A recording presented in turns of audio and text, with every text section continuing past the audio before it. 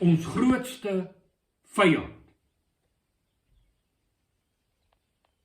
Ons primêre struikelblok. Elke huwelik se nommer 1 vyand. Elke mens se vyand. Hy verontrus ons. Benadeel ons op 'n klomp verskillende maniere. Veroorsaak ongelukkigheid. Vernietig verhoudings. Bring ontevredenheid en onvervuldheid in ons innerlike mens. Kan dit wees dat die kansel, wat die kerk se grootste vyand, die gelowiges se grootste vyand, die prediker se grootste vyand, te behoort ontmasker en te vernietig, die draer en bemarker geword het van hierdie vyand. Dis 'n skreiende skande. As die top sakelei in die wêreld begin verkondig wat die kerk behoort te verkondig. En dit terwyl die kerk in heeltemal die teenoorgestelde rigting jaag. In teenstelling met die eg Bybelse en hartstogtelike gebed wat Amy Carmichael, sendeling in Indië, tydens haar verblyf in Japan gebid het: O God, verlos my van myself. Ek, my grootste vyand. Verlos my van myself.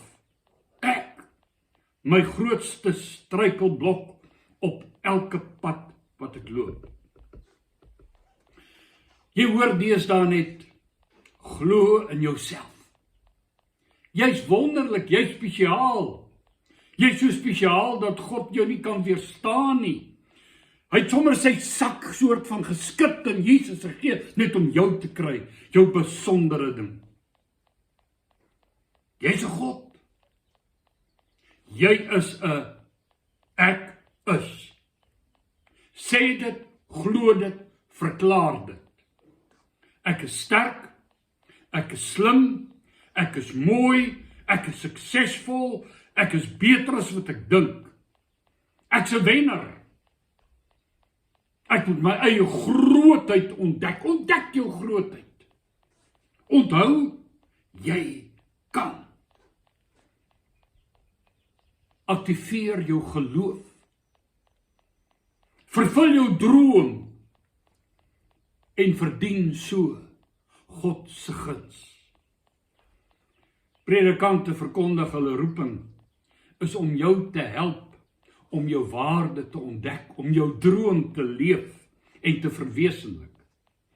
En uit die aard van die saak is God gereed om jou alles te gee wat jy begeer. Eie waan word gepreek en verkondig, gepromoveer op kansels, liedere en Christelike boeke. En dan kom die sakewêreld waar die magtiges, die rykes, die suksesvoles versamel en sê, ego is the enemy. En dit noop ons om te vra, wat sê die mense? Hoekom sê hulle so? En wat leer die Bybel ons? Daar is 'n boek met die titel Ego is the Enemy, geskryf deur Ryan Holiday, wat handel oor hoe vernietigend die ego is vir persoonlike en professionele ontwikkeling en voortgaande sukses. Hoe dit groei in die lewe van suksesvolle sakelei beperk en strem. Ego is the enemy puts forth the argument that often our biggest problems are not caused by external factors such as other people or circumstances. Instead, our problems stem from our own attitude, selfishness, and self absorption. In other words, introducing ego into a situation often prevents us from being rational, objective and clear-headed. Baie duidelik wat hy sê. En Sakelei lees dit en stem daarmee saam. Ons ego maak dat ons nie nigter kan dink nie. Dat ons nie perspektief behou oor die wêreld en die lewe en oor self nie. Dat ons arrogant raak en in die proses onsself vernietig. Wat sê die Bybel oor ons ego? Romeine 12 vers 3 in die Afrikaans 83 sê: kragtens die genade wat aan my gegee is. En dis Paulus wat dit skryf. Sê ek vir elke een van julle, moenie van jouself meer dink as wat jy behoort te dink nie. Nee, lê jou liewer daarop toe om beskeie te wees in ooreenstemming met die maat van geloof wat God aan elkeen toebedeel het. Eie waan, 'n oordrewe hoë dink van jouself. Spreuke 21:4 in Afrikaans 83 lees so: die sonde van die goddeloses begin altyd met selfverheffing en eie waan. Die 33 vertaling is nogal raak beskrywend met hoogheid van oë en trotsheid van hart en 'n glans van goddeloosheid. Dit is waar. Dit is die plek waar Satan se sonde begin het. Dis die plek, ego, waar Adam en Eva geval het. Ons sal gode wees, net soos God sê die duiwel vir hulle. Dis waar Saul geval het, toe hy dink, ek is koning, ek kan seker ook as 'n priester optree. Dit is die plek waar alle sonde begin en boer. Ek. En jy sien dit vandag oral in die kerk. Met titel op titel. Titels wat vir self toegeëien word. Ek is 'n apostel. Ek is profeet.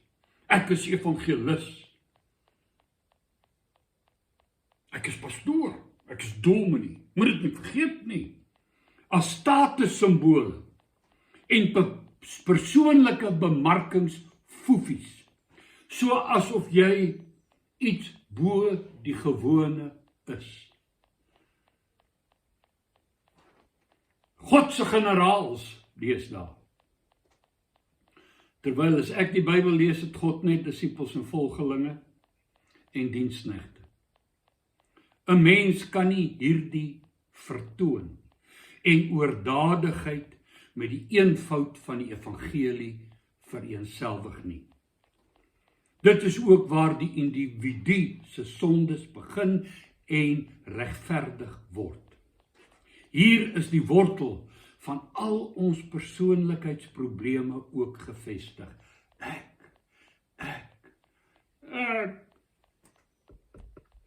Hierdie selfgefokuste ego is waar al ons liggeraaktheid, ons twiste, ons ontrouheid, ons wangedrag, ons regverdiging van ons sondes en misdade en ontevrede met alles en self ook vandaan kom.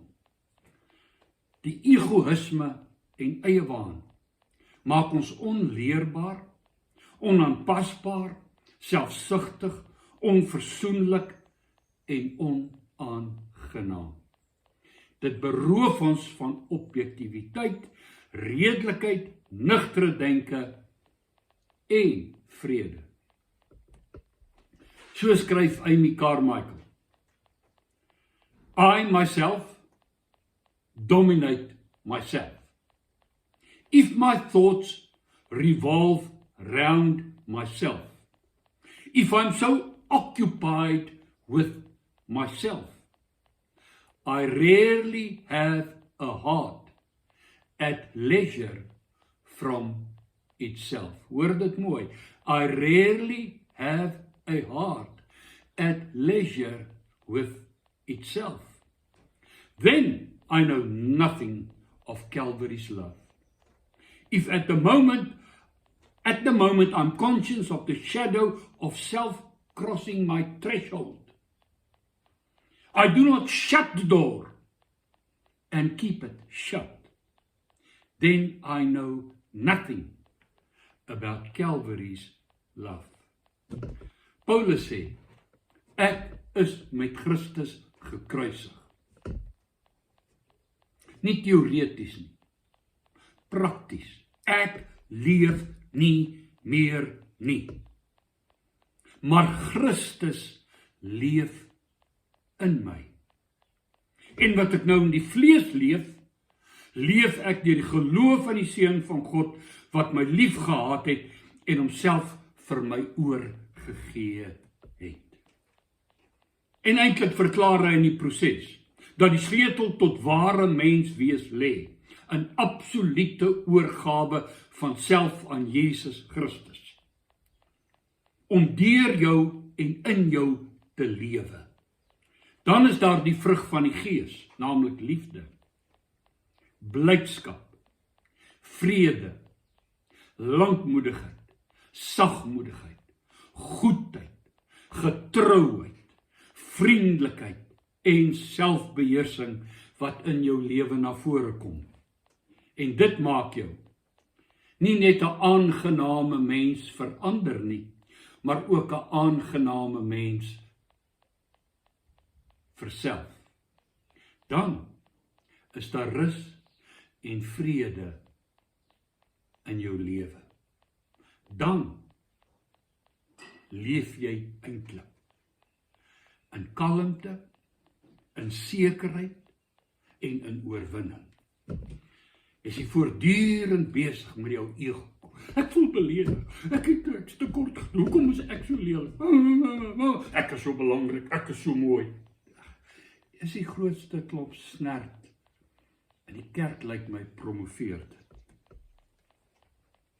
Die grootste sê oor ons ego behoort agter aan Jesus Christus, die koning van die konings, voor wie elke knie sal buig, en elke tong sal bely, dat hy die Here is. Nie ek is 'n goetjie nie, hy is God. Nie ek is 'n meneer nie, hy is die Heer. En dis wat hy te sê het oor ego, en wat ons daarmee moet maak, as ons hoegenaamd sy disippels wil wees. Matteus 16:24. Toe sê Jesus vir sy disippels, as iemand agter my aan wil kom, moet hy homself verloon. Ek is nie belangrik nie, ek is nie wonderlik nie, ek is nie talentvol nie, ek is nie. Ek het genade gered, hoe goed is God, mens is ek. Hy moet homself verloon, sy kruis opneem. Dit impliseer ook dood aan self. I'm willing to die to self. Ek sterf vir my eie begeertes, vir my eie ego, vir my eie belangrikheid. Vir my is die lewe Christus. It's about him. Dit klink of ons beroof word, dis waarvoor ons geskep is. Jy leef en kry net vervulling, en ek leef nie meer nie. Hy sê, as iemand agter my aan wil kom, moet hy homself verloon, sy kruis opneem en my volg. Want wie sy lewe wil behou, sal dit verloor. Maar wie sy lewe ter wille van my verloor, sal dit terugkry. Ek sal dit terugkry in die ewigheid, maar kry dit ook hier terug. Eerste maal in jou lewe, wanneer jy selfverloon jou kruis opneem en die vlees kruisig, beleef jy ware vrede, ware mens wees, ware rus. Dan geniet jy Sabbat. Nie meer so besig met ek en ek. Ja, as jy jouself verloon en jy word verlos van die self en die ewige ego en selfbewussyn en selfhandhawing en selfpromosie en selfsug, begin jy waarlik leef in jou innerlike mens. Kom ons sluit met Amy se woorde.